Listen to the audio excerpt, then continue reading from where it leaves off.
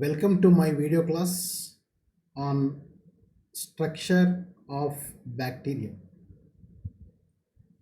My dear students, you might have heard the words that it is bacterial infection or viral infection whenever you visit a doctor. So bacterial infection means it is caused by bacterium, one microorganism. Viral infection means it is caused by virus, one microorganism. So now in this video lesson, let us discuss about the bacterium which causes diseases in human beings, in plants, and also in animals. And this bacterium is also useful for human beings and also plants. This microscopic organism, that bacterium, is first observed by Anton van Leeuwenhoek, and he named it as bacterium. Sorry, he named it as animalcules. Later, it was named as bacterium by Ehrenberg. So now let us discuss in detail about the structure of bacterium. So this is the structure of bacterium. This is the diagram for the structure of the bacterium. So this bluish structure, it is the capsule, and below this blackish line is there. This is the cell wall, and next to this is the plasma membrane. These are plasma membrane infoldings. These are called mesosome. These are ribosomes, and this is the nucleus, which is called nucleide. This is plasmid. This is extranuclear DNA, and this is flagellum, which is useful for the movement, and this is the pili, which is useful for the attachment with the substratum, and sex pili is also there, which is useful in conjugation. So these are the parts of the bacterium. So let us discuss in detail by taking the each part. So capsule. So capsule is present outside the cell wall. Outside the cell wall, the capsule is present. So in the capsule there are types. One is capsule, slime layer, and S layer. So when it is made up of polysaccharides, and when it is arranged tightly, and which is not washable easily, which is not possible to remove, it is called capsule. And when it is made up of polysaccharides, same, and it is loosely arranged, it can be removed easily, it can be washed easily, it is called slime layer. So these two layers, capsule and slime layer, this protects from the desiccation, from being dried from high temperature conditions, desiccation from being dried, and from parasites. So whenever parasites kill this bacterium, then it protects from that parasites. And some other layer is there, it is also present same in this position, but when it is formed by the proteins or glycoproteins, it is called S layer.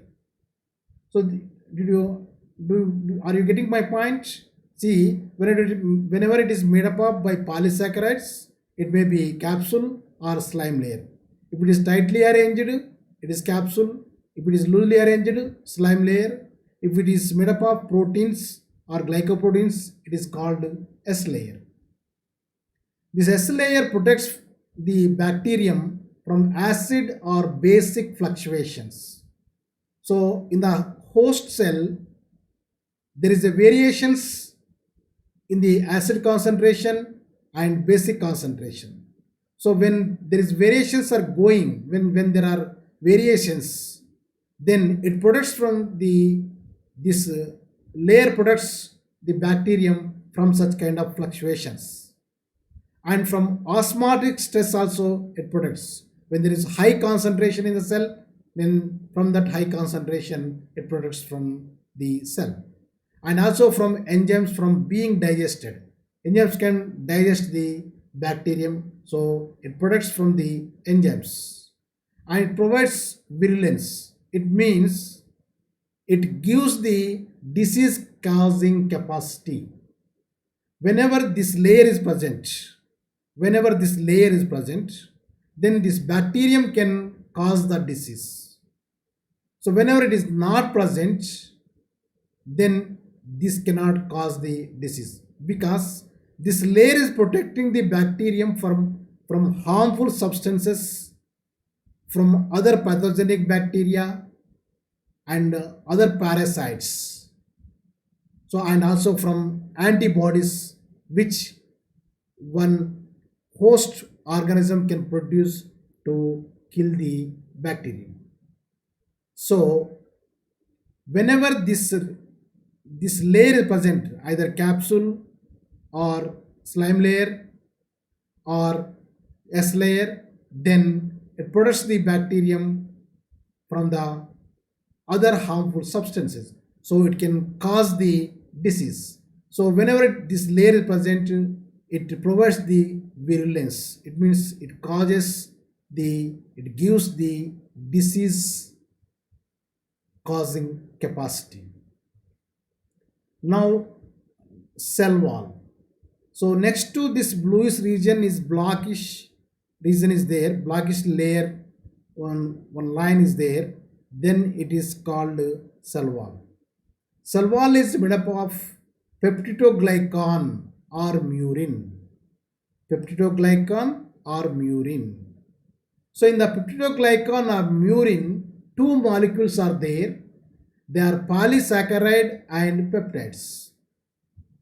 And in the polysaccharides, polysaccharide is the long chain, and it is cross-linked with the peptides. So one long chain is polysaccharide and cross-linked chain is peptide chain, and this together is called peptidoglycan or murin. So with this the cell wall is made up of. So here cellulose is not present. Generally in the plant cells, cellulose is present in the cell wall, but it is not present. Due to presence of this cell wall only, it is included in the plant kingdom. Whereas in the case of animal cells, the cell wall is not present, but here cell wall is present, though it is not made up of cellulose, so it is included in the plant kingdom. So it is made up of peptidoglycan or murin. Here two chains are there, one long chain which is polysaccharide chain, one sub chain, this is the peptide chain. In the long polysaccharide chain, here N-acetyl glucosamine and N-acetyl muramic acid molecules are arranged alternately.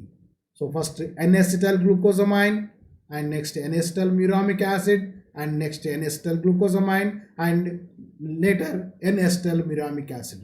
So like this the molecules are arranged.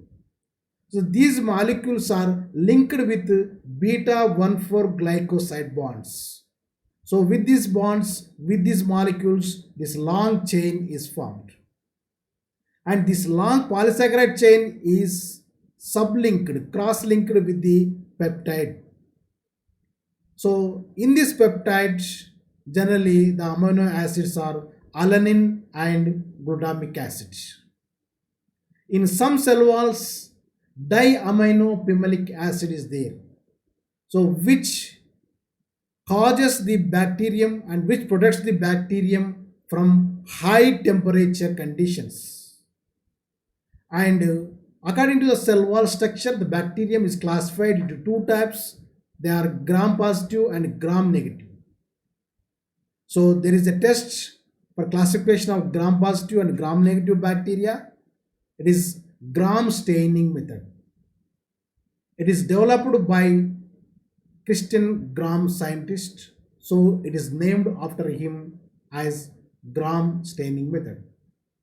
So according to this test, first bacterium is stained with crystal violet. First staining with crystal violet. And next it is washed with the water for the removal of excessive staining. Later it is stained with the iodine with 1 drop, and next the excessive iodine is removed. Now the cell gets the purple color. So later, now the bacterium is washed with the ethyl alcohol. When it is washed with the ethyl alcohol, some bacteria lose this purple color. So after staining with iodine, first staining with the crystal violet, next iodine, now the bacterium is getting the purple color. So after washing with the ethyl alcohol, some bacteria are losing the purple color. They are named as gram-negative bacteria.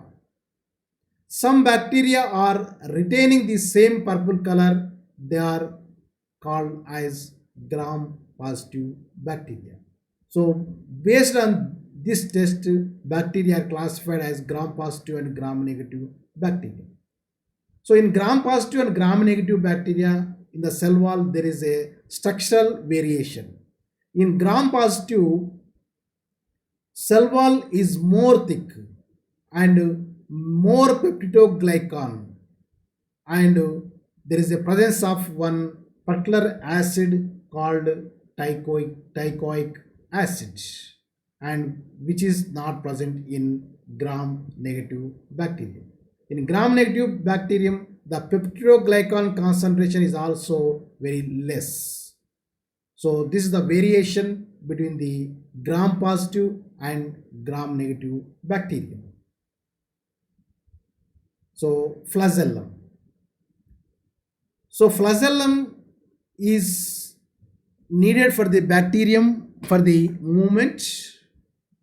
This flagellum is made up of flagellin protein. It is originating from a basal granule. In this flagellum, 8 tubular molecules are arranged parallelly. So the flagellum is formed by the arrangement of the flagellin molecules, 8 flagellin molecules in parallel manner. Generally in the flagellum, in the algae and other fungi microorganisms, the flagellum shows a particular arrangement that is called 9+2 arrangement. 9+2 arrangement means here in the circular region, 9 fused tubules are there. 9 fused tubules are there, and in the center 2 unfused tubules are there, microtubules. So in the circular region, here 9 paired microtubules are there, and in the which are fused. In the center 2 unfused microtubules are there. So this is the 9+2 arrangement.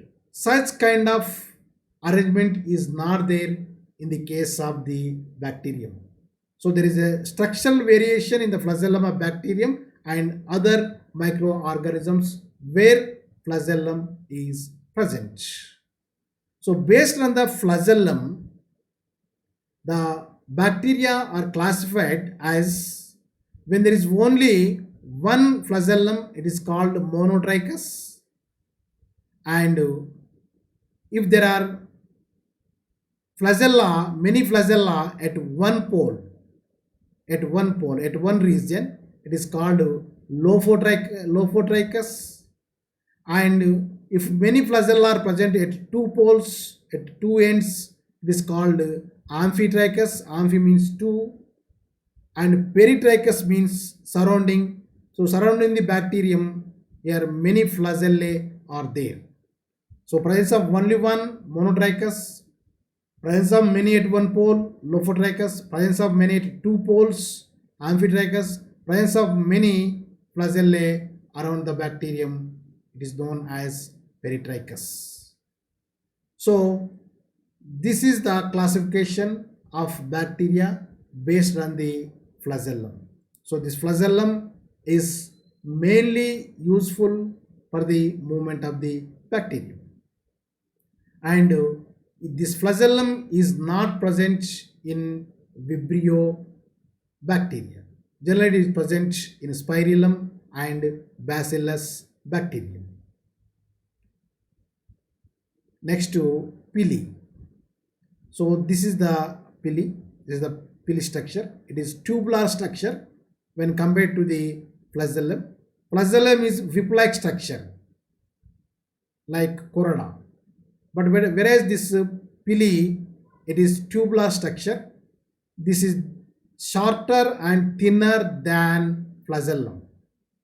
Flagellum is very long structure, and this is the short structure and thinner than flagellum. It is made up of pilin protein. It is made up of one protein called pilin. Generally, pili is useful for the attachment with the substratum. Whenever it is growing on one substratum, for attachment to this substratum, it is useful. Some pili are useful in sexual reproduction, that is in conjugation, that is called as sex pili. This sex pili, these are lesser in number and longer than normal pili. So this sex pili are lesser in number, very less number when compared to the normal pili, and also longer than normal pili. So this sex pili is useful for conjugation of two bacteria, so that a transduction type of sexual reproduction takes place. And plasma membrane. So next to the cell wall, so this is the capsule, this is the bluish one capsule, and this is the cell wall block line, and next to this is the plasma membrane.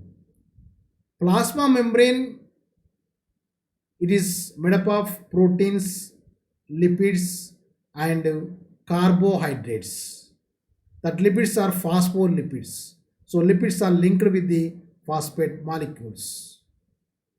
So here it provides turgid condition for the bacterium and also useful for the osmotic regulation of the cell.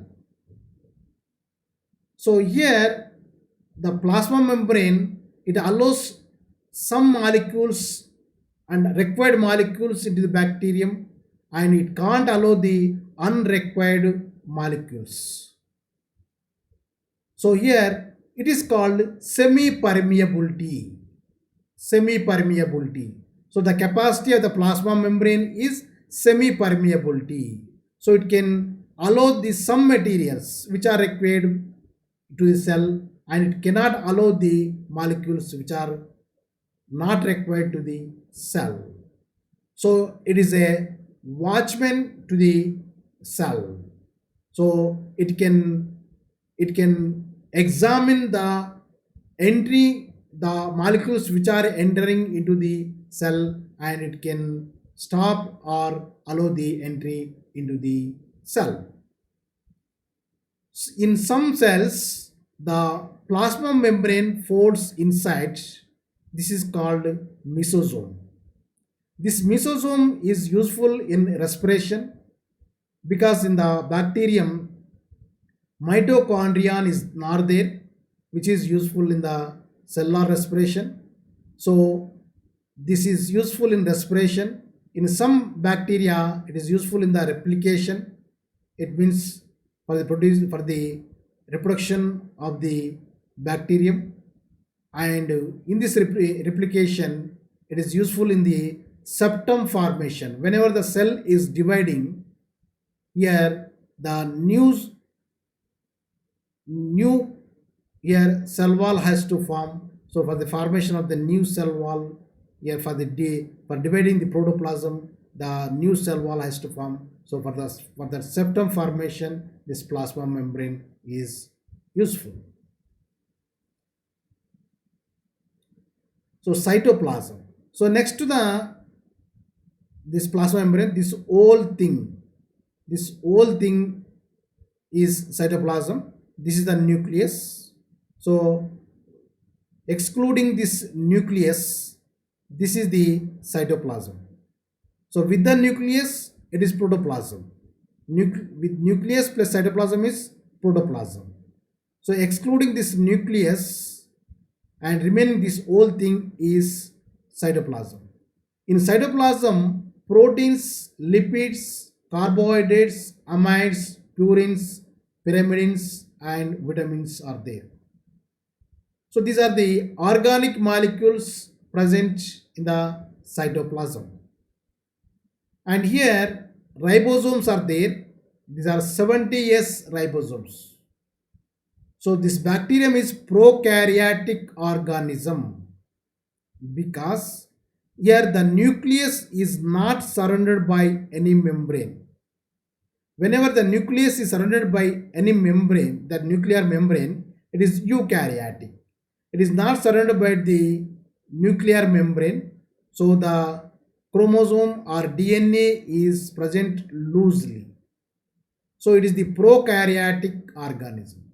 In prokaryotes, the type of ribosome is 70S ribosomes, which involves in protein synthesis. In 70S ribosomes, the subunits are 50S and 30S. So this is the 70S ribosome. Whereas in the eukaryotes, 80S ribosome is there.